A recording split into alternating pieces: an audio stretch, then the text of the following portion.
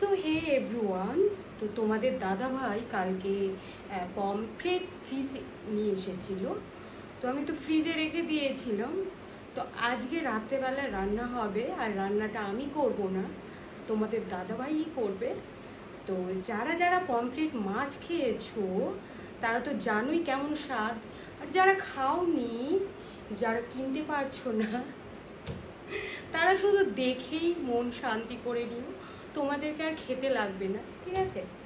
তো কটা পমফ্রেট মাছ এনেছে তোমাদেরকে দেখাচ্ছি। একটা, দুটো, তিনটা, চারটা, পাঁচটা।